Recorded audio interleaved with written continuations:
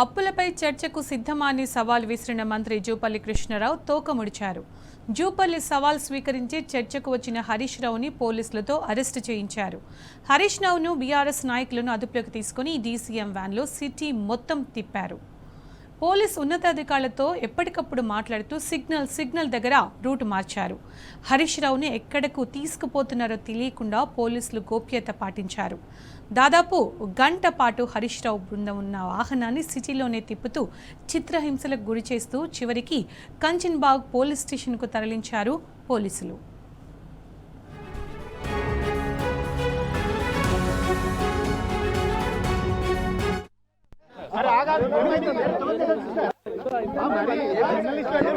మాట్లాడే హక్కు కూడా లేదా మాట్లాడి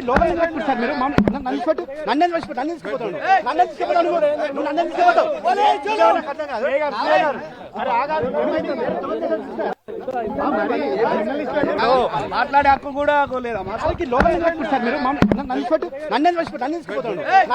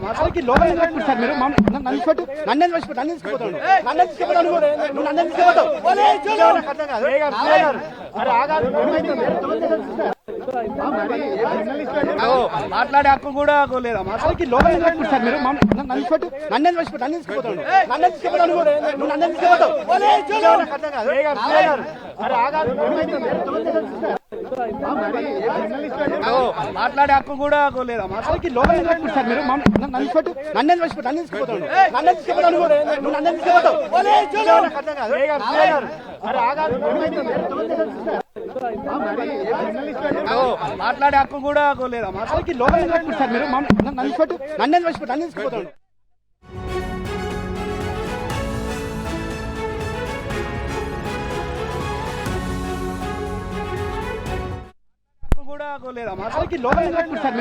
లేదా మాట్లాడి లేదా మాట్లాడి కంచన్బాగ్ పోలీస్ స్టేషన్ దగ్గర పోలీసులు అత్యుత్సాహం ప్రదర్శిస్తున్నారు. బీఆర్ఎస్ నాయకుల అరెస్టును కవర్ చేయడానికి వెళ్లిన రిపోర్టర్లపై పోలీసులు దౌర్జన్యం చేశారు. బీఆర్ఎస్ నాయకులను మీడియా ప్రతినిధులను పక్కకు నెట్టివేశారు.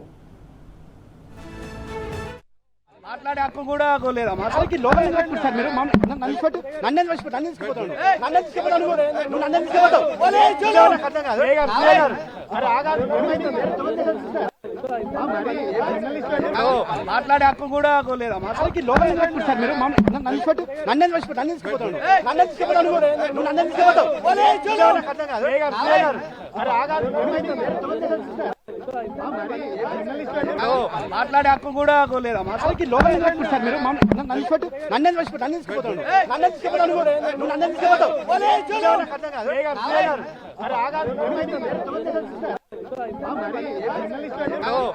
హక్కు కూడా లేదా మాట్లాడి మాట్లాడే హక్కు కూడా లేదా మాట్లాడి మాట్లాడే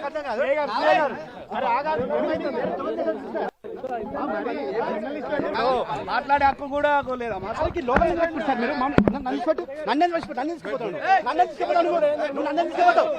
మాట్లాడే హక్కు కూడా లేదా మాట్లాడి మాట్లాడే హక్కు కూడా లేదా మాట్లాడి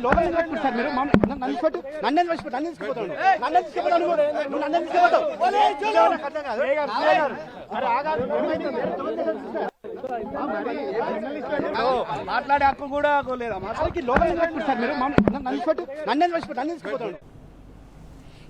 కంచన్బాగ్ పోలీస్ స్టేషన్ దగ్గర పోలీసులు అత్యుత్సాహం ప్రదర్శించారు. బీఆర్ఎస్ నాయకుల అరెస్టును కవర్ చేయడానికి వెళ్లిన రిపోర్టర్లపై పోలీసులు దౌర్జన్యం చేశారు. బీఆర్ఎస్ నాయకులను మీడియా ప్రతినిధులను పక్కకు నెట్టివేశారు. ఇక దీనికి సంబంధించిన మరింత సమాచారం మనతో మాట్లాడడానికి బీఆర్ఎస్ నేత పల్లె రవికుమార్ గౌడ్ ఫోన్ లైన్లో ఉన్నారు. నమస్తే సార్, మనం పోలీసుల అత్యుత్సాహం చూస్తున్నాము. బీఆర్ఎస్ నేతలను ఎంత దౌర్జన్యంగా అయితే అక్కడికి తీసుకెళ్లారో సిటీ మొత్తం తిప్పుతూ దాదాపు గంట పాటు తిప్పిన తర్వాత కంచన్బాగ్ పిఎస్కు తరలించారు. చేస్తున్నారు. అక్కడ వాళ్ళ మీద దౌర్జన్యం చేయడమే కాకుండా మీడియా ప్రతినిధులపైన కూడా దౌర్జన్యం చేయడం మనం చూస్తున్నాం. దీనికి సంబంధించి మీరేమంటారు? నమస్తే అండి. నిజంగా కూడా సవాల్ విసిరింది మంత్రులు తెలంగాణ భవన్కి వస్తున్నారు.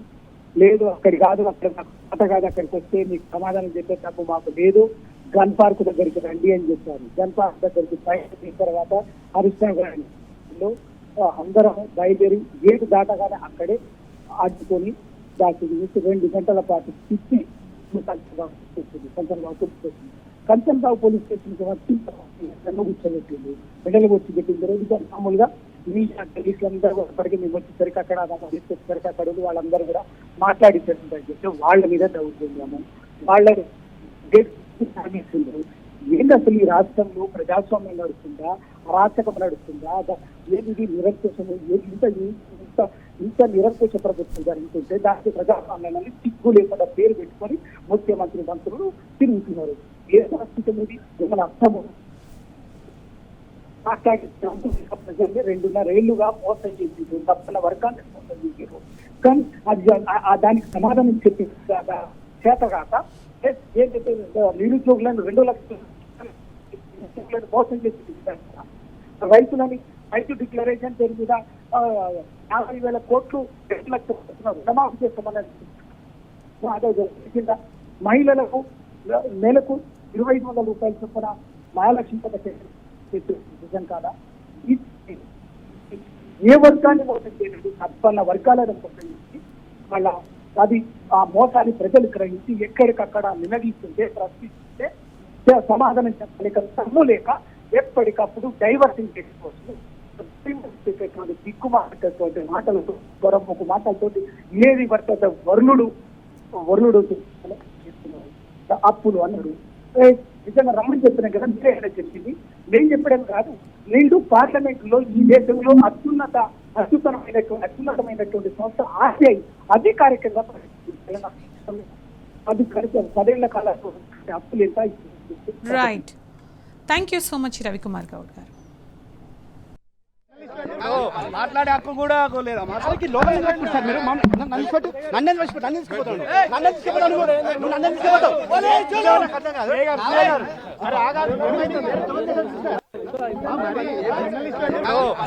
హక్కు కూడా లేదా? అసలుకి లోపల పెట్టుకుంటారు మీరు.